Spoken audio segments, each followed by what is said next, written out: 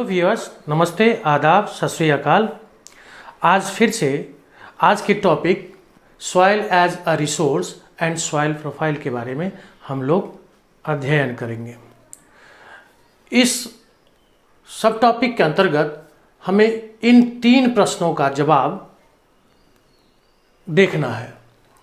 पहला सवाल है, what is soil? What is the importance of it? Soil is the uppermost thin layer of the earth which consists of organic and inorganic materials. Soil जो है वह पृथ्वी के सबसे ऊपरी सतह है, पतली सतह है, जिसमें ऑर्गेनिक मैटर भी मिलता है, जीवाश्म में भी मिलता है और इसके अतिरिक्त मिनरल्स भी मिलते हैं, रॉक पार्टिकल्स भी मिलते हैं, क्ले, सिल्ट, सैंड भी मिक्स हुए होते हैं। उसके बाद है इसी पहला सवाल में जो टेल क्वेश्चन है, what is the importance of it? इसके महत्व क्या है? It is essential, it is important for the growth of plant, as well as it supports the soil living organism.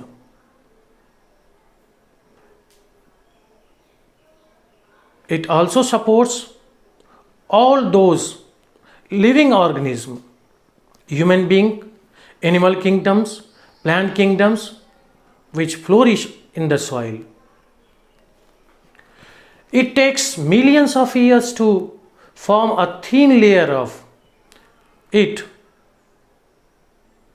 in a few centimeters of depth. इसके निर्माण में लाखों करोड़ों वर्ष लग जाते हैं। एक पतली सी परत के निर्माण में लाखों करोड़ों वर्ष लग जाते हैं और ये पतली सी परत हमारे लिए संपूर्ण सजीव जगत के लिए, जैव जगत के लिए आधार होता है। बिना इसके कोई जीव या सजीव जगत की कल्पना संभव नहीं है। और यह एक महत्वपूर्ण नवीकरणीय संसाधन है। यह इसका नवीकरण होते रहता है, इसका रिन्यू होते रहता है। ये परत दर परत इस पर जो है चढ़ते रहता है। आप इस फिगर सॉइल प्रोफाइल में देखिए, ये जो पतली सी परत 2 परत दिखाई गई है, O1, O2, O for organic, ये इसको हम ऑर्गेनिक लेयर कहते हैं या ऑर्गेनिक हॉरिजॉन कहते हैं। तो ऑर्गेनिक कैसे बनता है? जब पेड़ पौधे की पत्तियां, टहनियां, जीव जंतु के अवशेष, जीवावशेष जिसको फॉसिल कहते हैं, वह जमीन के ऊपरी परत पर गिरता है तो वह धीरे धीरे डिकम्पोज्ड होता है। और पहले तो वह गिरता है तो एक लेयर बनाता है जिसको लिटर लेयर कहते हैं, और फिर वह धीरे धीरे जब डिकम्पोज होने लगता है तो वह टफ लेयर का निर्माण करता है। वह मिक्स हो जाता है, डिकम्पोज हो जाता है और टफ लेयर का निर्माण करता है। और इस तरह से ऑर्गेनिक लेयर या ऑर्गेनिक हॉरिजॉन का निर्माण होता है, जिसको ऑर्गेनिक 1, ऑर्गेनिक 2 के रूप में हम जानते हैं। उसके नीचे आप देख रहे हैं कि ये दूसरा लेयर जो है, इसको ए लेयर या टॉप सॉइल कहते हैं। यह जो इसका निर्माण पहले से हुआ होता है, इसमें ऑर्गेनिक मैटर भी होते हैं और इसमें मिनरल्स भी होते हैं, रॉक्स भी होते हैं और सॉइल न्यूट्रिएंट्स भी होते हैं, सोडियम, पोटेशियम एट्सेट्रा इसमें होते हैं। चूँकि जीवाश्म जो होता है या पेड़ पौधे के जो अवशेष होते हैं, उसमें ये सारे न्यूट्रिएंट्स मौजूद होते हैं जो इस मिट्टी में उपस्थित होता है। तो यह द अपर सॉइल लेयर, ये जिसको ए लेयर या टॉप सॉइल कहते हैं, सबसे ऊपर वाला होता है A1 जिसको ह्यूमस लेयर कहते हैं। लेकिन यह कंप्लीट डिकम्पोज्ड हो गया होता है इस लेयर में, ह्यूमस लेयर A1 में। लेकिन जब वर्षा का पानी होता है, जब वह अंदर मिट्टी के अंदर प्रवेश करता है, परकोलेट करता है, एंटर करता है, तो उसके न्यूट्रिएंट्स जो है वह धीरे धीरे A2 में आके लीचिंग उसका होने लगता है। वह पानी में घुलकर वह नीचे बैठने लगता है, जिसको हम लीचिंग लेयर भी बोलते हैं, और इसी को एल्यूविएशन लेयर भी बोलते हैं।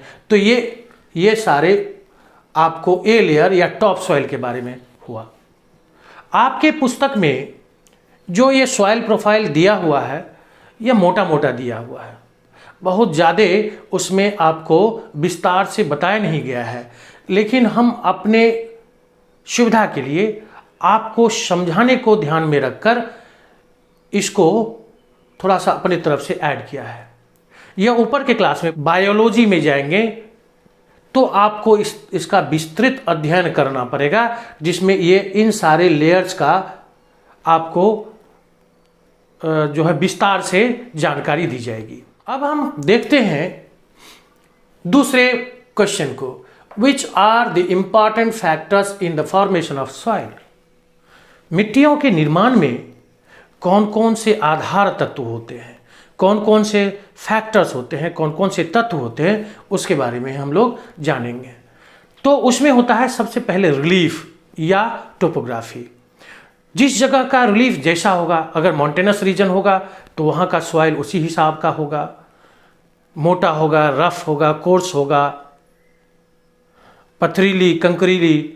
लेकिन जब वहाँ से दूर आप मैदानी भाग में चलते चले जाएंगे ढलान से उतरते हुए, तो वही जो कण है, मोटे कण, वह महीन होते चला जाता है, वह सैंड फिर क्ले में बदल जाता है, सिल्ट में बदल जाता है। उसके साथ मैदानी इलाके में बहुत सारे और तत्व जुड़ जाते हैं, ह्यूमस जुड़ जाते हैं, remains of plants and remains of animals जुड़ जाते हैं, तो वह फर्टाइल हो जाता है। कहने का मतलब इसके नीचे जो ये आप देख रहे हैं लेयर, बी लेयर, जिसको सबसॉइल कहते हैं, यह यहाँ से लेकर के यहाँ तक, ये या तो दूसरे तरफ से, ये जो रिलीफ एंड टोपोग्राफी है, ये स्थानीय भी हो सकता है, या नहीं तो पेरेंट रॉक या बेड रॉक्स। पेरेंट रॉक्स अगर उसका इस जगह का मिट्टी कहीं पहाड़ से चलने वाली नदियों के द्वारा लाई गई अवसाद से बना है, तो उसका पेरेंट रॉक्स व उस पहाड़ का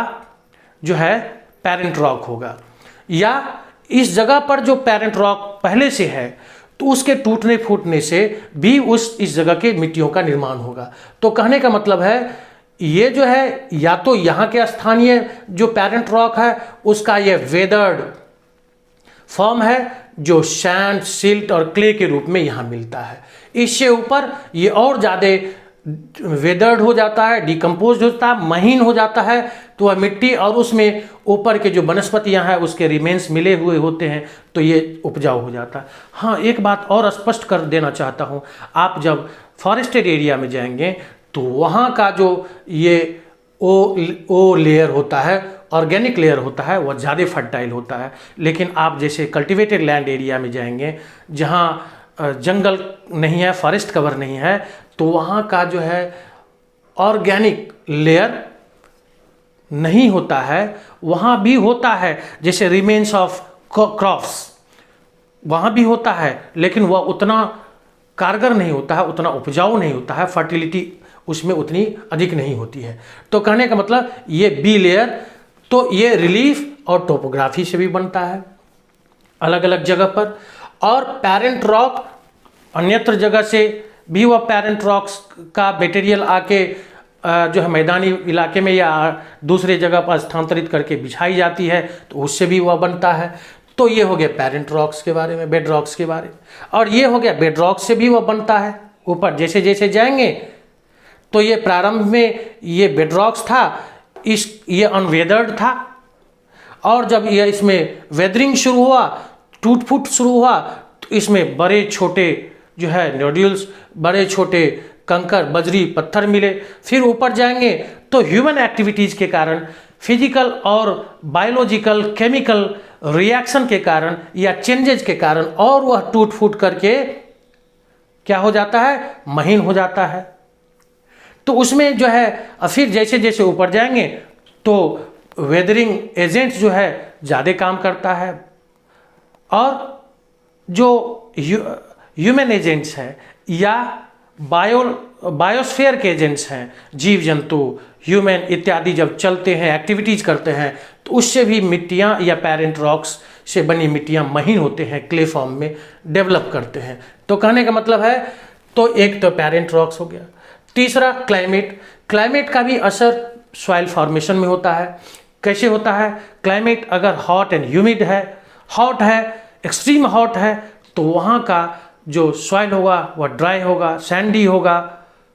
लेकिन अगर हॉट एंड ह्यूमिड है तो उसमें जो भी ह्यूमस मिलेगा तो वह क्या होगा, जल्दी से डिकम्पोज्ड होगा और वह ज़्यादा फर्टाइल होगा, वह ज़्यादा, उसका जो कण होगा वह ज़्यादा महीन होगा और वाटर को रेसिस्ट करने में, वाटर को होल्ड करने में वह ज़्यादा समर्थ होगा, बजाय कोर्स कण वाले या मोटे कण वाले मिट्टी के, जैसे बलुई मिट्टी में जो है जल को ग्रहण करने का या जल को रोके रखने का क्षमता नहीं होता है।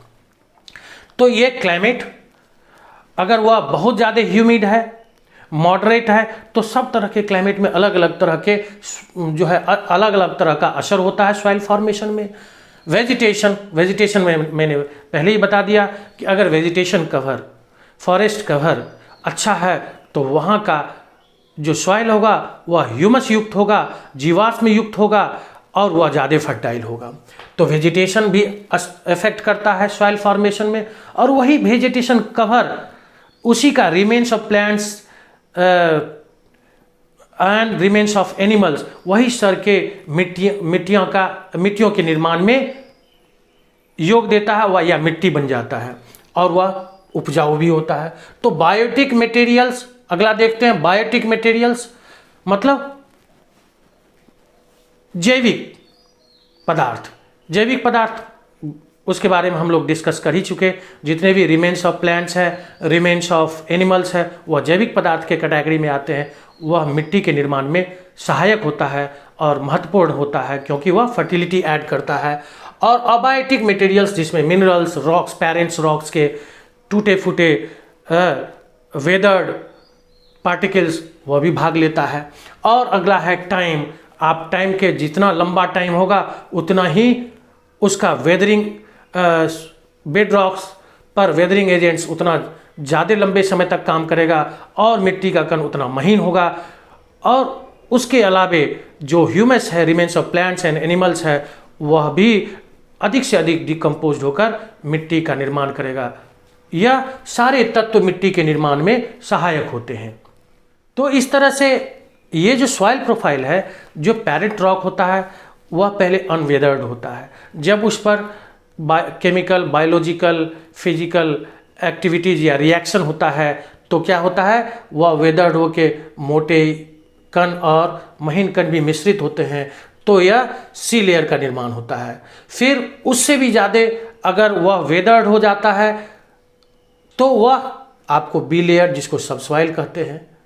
सी लेयर में देख लीजिए, सी लेयर को सबस्ट्रेटम भी बोलते हैं, कहीं कहीं रेगोलिथ भी बोलते हैं, और इसमें इसको अकोमुलेशन लेयर भी बोलते हैं। तो इस तरह से आप देख रहे हैं कि ये ए लेयर टॉप सॉइल का हुआ, बी लेयर सब सॉइल का हुआ, सी लेयर सबस्ट्रेटम या रेगोलिथ भी बोलते हैं इसको, और जो पेरेंट रॉक है जिसको डी लेयर या बेड रॉक भी बोलते हैं। ये सॉइल प्रोफाइल के बारे में है। कुछ किताबों में जो है ए लेयर टॉप सॉइल और बी लेयर सब सॉइल को मिलाकर स्पम के नाम से जाना जाता है। अब हम लोग देखते हैं वेरियस प्रोसेसेस और forces of nature that contribute to the formation of soil. मिट्टी के निर्माण में ये सारे तत्व जो है सहायक सिद्ध होते हैं। ये आपको टूल्स का काम करता है, हथियार का काम करता है। जैसे छेनी हथौड़ा से आप किसी चीज़ को कूटते हैं, तोड़ते हैं, उसी तरह से ये तोड़ने का काम करता है। जैसे चेंज ऑफ टेम्परेचर, जब कंट्रैक्शन और एक्सट्रैक्शन होगा तो क्या होगा, कोई भी पदार्थ टूटेगा और टूट के वह धीरे धीरे टेम्परेचर का लगातार प्रहार होने से, लगातार चेंज ऑफ टेम्परेचर का प्रक्रिया होने से वह क्या होगा, कण धीरे धीरे महीन होते चला जाएगा। Action of running water, blowing winds and moving glaciers, इसके कारण क्या होता है, पहाड़ से जब जो है रनिंग वाटर चलती है, नदियाँ चलती है, ग्लेशियर्स चलती है, तो अपने साथ बड़े बड़े रॉक के टुकड़ों को, चट्टान के टुकड़ों को ढलान पर, पहाड़ के ढलान पर लुढ़काते हुए नीचे चलता है, क्योंकि उस समय में नदी जो है युवावस्था में होती है, पूरे जोश खरोश में होती है, तो वह लुढ़काते हुए लेके चली जाती है। और जब वह पत्थर आपस में, बोल्डर के टुकड़े, चट्टान के टुकड़े आपस में टकराते हैं, तो वह धीरे धीरे टूटते हुए नीचे महीन से महीन कण में और मैदानी भाग में जाके वह क्ले और सिल्ट में बदल जाता है, सैंड में बदल जाता है। वही बात विंड के साथ भी है। विंड के रास्ते में, ब्लोइंग विंड के रास्ते में जो भी चट्टान आता है, तो वह आपस में टकराता है, उसमें अपघर्षण होता है, घर्षण होता है, वह भी टूटता और महीन कण में बदलता है। तो कहने का मतलब ये action of running water, blowing wind and moving glaciers भी मिट्टी के निर्माण में सहायता करता है, ये टूल्स का काम करता है। एक्टिविटीज ऑफ डीकम्पोजर्स, मतलब मिट्टी में जो डीकम्पोजर्स मौजूद होते हैं, जैसे आप अर्थवर्म को देखे होंगे, बहुत सारे ऐसे डीकम्पोजर होते हैं, और छोटे छोटे कीड़े मकोड़े भी होते हैं जो डिकम्पोजर का काम करता है, वह मिट्टी के निर्माण में सहायक होता है। केमिकल चेंजेज होते हैं सॉइल में, मिट्टियों में मौजूद, बेड रॉक में मौजूद जो केमिकल्स होते हैं, जैसे आपको सोडियम है, लाइमस्टोन है, ये सब जब पानी के साथ प्रतिक्रिया करता है, रिएक्शन करता है, तो वह घुलकर वह मिट्टी के साथ मिलकर आगे निकल जाता है। उसी तरह से ऑर्गेनिक चेंजेज भी होते हैं और बायोलॉजिकल चेंजेज भी होते हैं। हाँ, जैसे पेड़ पौधे बड़े होते हैं, जवान होते हैं, बूढ़े हो जाते हैं, उसके पत्तियां, टहनियाँ गिर के नीचे गिरती है, तो वह भी जो है धीरे धीरे डिकम्पोज होकर मिट्टी में मिलती है। और जो ह्यूमन एक्टिविटीज़ है, एनिमल एक्टिविटीज़ है, वह भी मिट्टी के निर्माण में सहायक होता है। जब हम चलते हैं, जब जीव जंतु चलते हैं, एक्टिविटीज करता है, तो जो रॉक्स होते हैं उसमें घर्षण होता है, टूट फूट होता है, और अंततोगत्वा वह मिट्टी के निर्माण में सहायक होते हैं। तो आज के क्लास में इतना ही। हम लोगों ने सॉइल प्रोफाइल को देखा, हम लोगों ने important factors in the formation of soil और various processes and forces of nature that contribute to the formation of soil के बारे में देखा। अगले क्लास में हम लोग क्लासिफिकेशन ऑफ सॉइल का अध्ययन करेंगे और देखेंगे कि किस किस आधार पर और कितनी कितनी तरह के सॉइल हमें पढ़ना होता है। इसी के साथ आज की क्लास में इतना ही। धन्यवाद। जय हिंद।